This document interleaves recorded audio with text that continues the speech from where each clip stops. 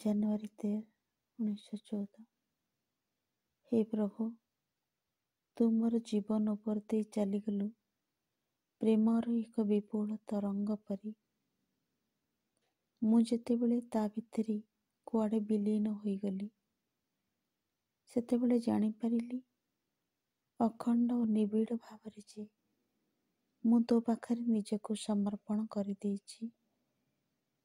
ଠିକ୍ କେଉଁ ଦିନ ଜାଣେ ନା, ହୁଏତ କୌଣସି ନିର୍ଦ୍ଦିଷ୍ଟ ମୁହୂର୍ତ୍ତରେ ନୁହେଁ, ନିଃସନ୍ଦେହ ଭାବରେ ଚିରକାଳ ଧରି ମୋର ମନ, ମୋର ହୃଦୟ, ମୋର ଶରୀର ସବୁକିଛି ତୋ ଉଦ୍ଦେଶ୍ୟରେ ଏକ ଜୀବନ୍ତ ପୂର୍ଣ୍ଣାହୁତି।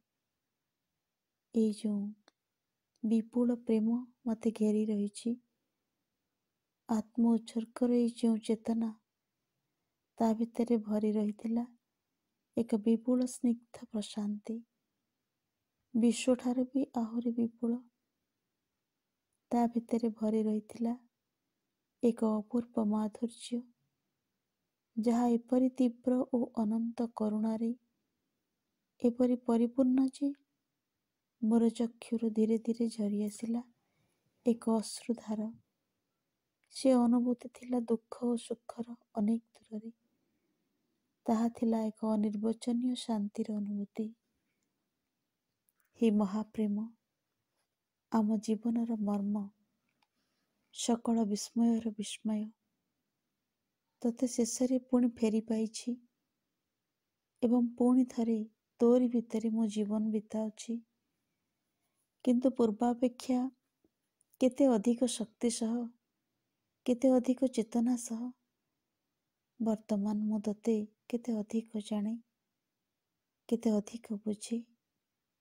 ଯେତେ ଥର ମୁଁ ତୋତେ ଫେରି ପାଏ, ସେତେ ଥର ତୋ ସହିତ ମୋ ସଂଯୋଗ ହୋଇ ଉଠେ ଆହୁରି ପରିପୂର୍ଣ୍ଣ, ଆହୁରି ଅଖଣ୍ଡ, ଆହୁରି ସ୍ଥାୟୀ।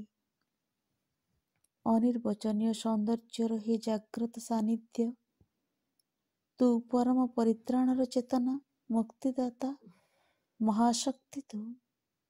ମୋର ସମଗ୍ର ସତ୍ତା ଉତ୍ଫୁଲ୍ଲ ହୋଇ ଉଠୁଛି ଓ ଜୀବନ୍ତ ଭାବେ ତୋତେ ଅନୁଭବ କରୁଛି ତା ଭିତରେ। ତା ଜୀବନର, ବିଶ୍ୱ ଜୀବନର ଏକମାତ୍ର ମୂଳତତ୍ତ୍ୱ ହେଲୁ ତୁ। ସମସ୍ତ ଚିନ୍ତା, ସମସ୍ତ ସଂକଳ୍ପ, ସମସ୍ତ ଚେତନାର ତୁ ହିଁ ହେଲୁ ଅନୁପମ ନିର୍ମାତା।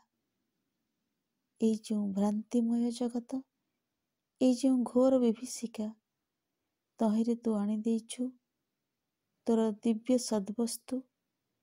ତେଣୁ ଜଡ଼ର ପ୍ରତିଟି କଣା ଧାରଣ କରି ତୋର ନିତ୍ୟତାର କିଛି, ତୁ ସନ୍ମୟ, ତୁ ପ୍ରାଣମୟ, ତୁ ଜ୍ୟୋତିର୍ମୟ, ତୋର ହିଁ ରାଜତ୍ୱ।